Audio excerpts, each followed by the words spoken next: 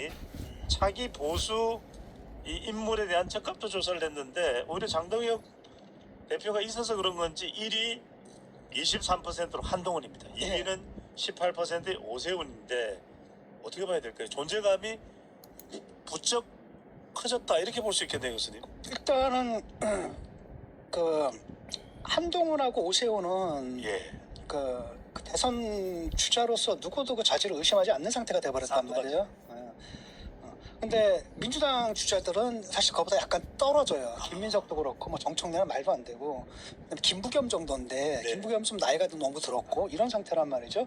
그러다 보니까 이 두 사람이 이제 여론조사에 따라서 1, 2위를 갖다 번갈아 가면서 하고 있잖아요. 예. 이번에 이제 한동훈이 1위가 된 건 뭐냐면 오세훈 시장은 이제 관심에서 조금 벗어나요. 왜냐하면 그 지방 단체장이잖아요. 단체장은 자기 일을 해야 되거든요. 그러니까 정치를 하는 게 아니라 그러니까 거기서 시를 운영해야 된단 말이죠. 예. 그러기 때문에 아무래도 정책 뉴스에서 좀 관심이 좀 벗어나 있는 상태이기 때문에 이런 결과가 좀 나온 것 같고 보니까 1위가 한동훈으로 23%입니다. 그 다음에 오세훈은 18%예요. 그 다음에 이준석이 4%고 장동혁은 3%예요. 게임 끝난 거잖아요. 그러니까 사람들이 너는 좀 대선 후보를 안 본다는 얘기예요. 그러니까 가장 큰 문제가 뭐였냐면 장동혁의 가장 큰 문제가 뭐냐면 자기를 대선 주자로 착각한다는 겁니다. 이게 과대망상을 갖고 있었던 거거든요. 깜냥도 안 되는데 자기가 대선 후보가 될 수 있다. 대선 주자감이라고 지금 과대망상을 가졌던 거예요. 그 과대망상에서 나왔던 게 뭡니까? 라이벌을 제거해야 된다. 한동훈을 갖다 무리하게 축출해내고 예. 이랬던 일들이 벌어지는 거거든요.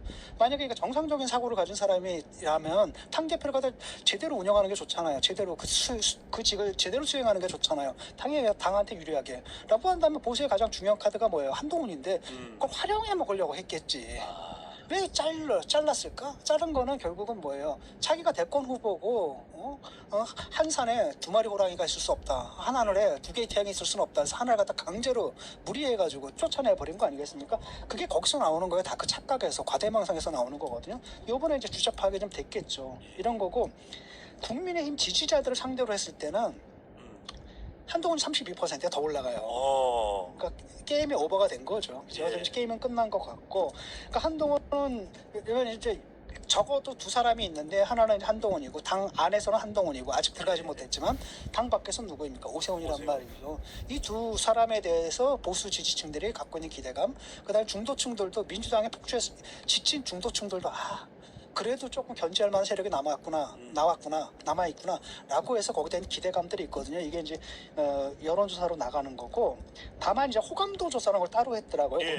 온도를 재는데 거기서는 오세훈이 34도고 한동훈이 28도로 나왔습니다.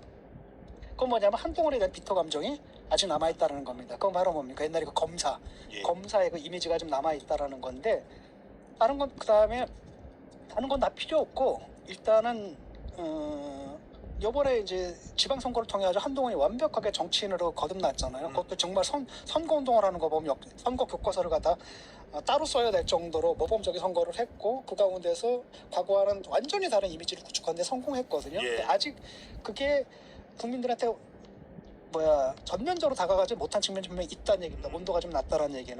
그러니까 오세훈 시장 같은 경우에는 굉장히 온화한 이미지가 좀 있잖아요. 온화하고 그다음에 뭐랄까 그 중도적인 이미지가 좀 있거든요. 그러니까 약간 거부감이 좀 덜한 반면에 한동훈에게는 아직까지도 아까도 보수 적합도에서 높이 나왔는데 그 감정 온도에서 좀 낮게 남다라는 거잖아요. 그 감정을 좀 해소해 줄 필요가 있다는 생각이 들고, 또 하나는 제가 지적하고 싶은 건 뭐냐면 2030이에요. 2030을 보게 되면 요번에 이제 2030도 한동훈 오세훈을 굉장히 많이 찍었거든요. 그런데 한동훈이 아직 2030을 잡지 못하고 있는 부분이 있습니다. 그래서 내가 볼 때는 이 젊은 층들 있죠. 젊은 층을 공략할 수 있는 뭔가가 새로운 게 좀 필요한 겁니다. 다른 데는 다 그런다 치더라도 2030 새로운 세대거든요. 이들이 곧 10년 후면 뭐가 돼? 우리 사회의 주축이 돼야 되는 겁니다. 그러니까 이쪽을 갖다 파고들 수 있는 뭔가 좀 대안이 좀 있어야 돼요.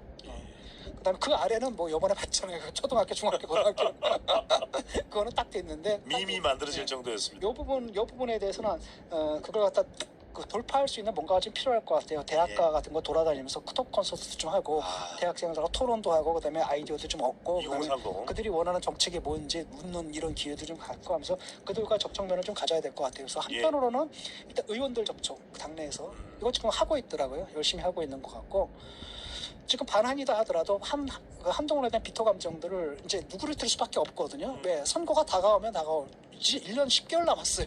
야. 내년 넘어가면 1년 남은 거거든요. 예. 선거를 치러야 되는 거예요. 그럼 누구랑 선거를 치를까 생각할 수밖에 없거든요. 그러니까 그들도 그럴 필요가 있고, 근데 다만은 이제 걱정스러운 거죠, 이들은. 그러니까 그걸 갖다 누구로 틀릴 수 있게끔 접촉면을 넓히면서 바깥으로는 뭐가 해야 되냐, 특히 이제 2030들 다른 것보다는 2030을 잡는 게 굉장히 중요하다고 봐요. 예. 그쪽으로 가.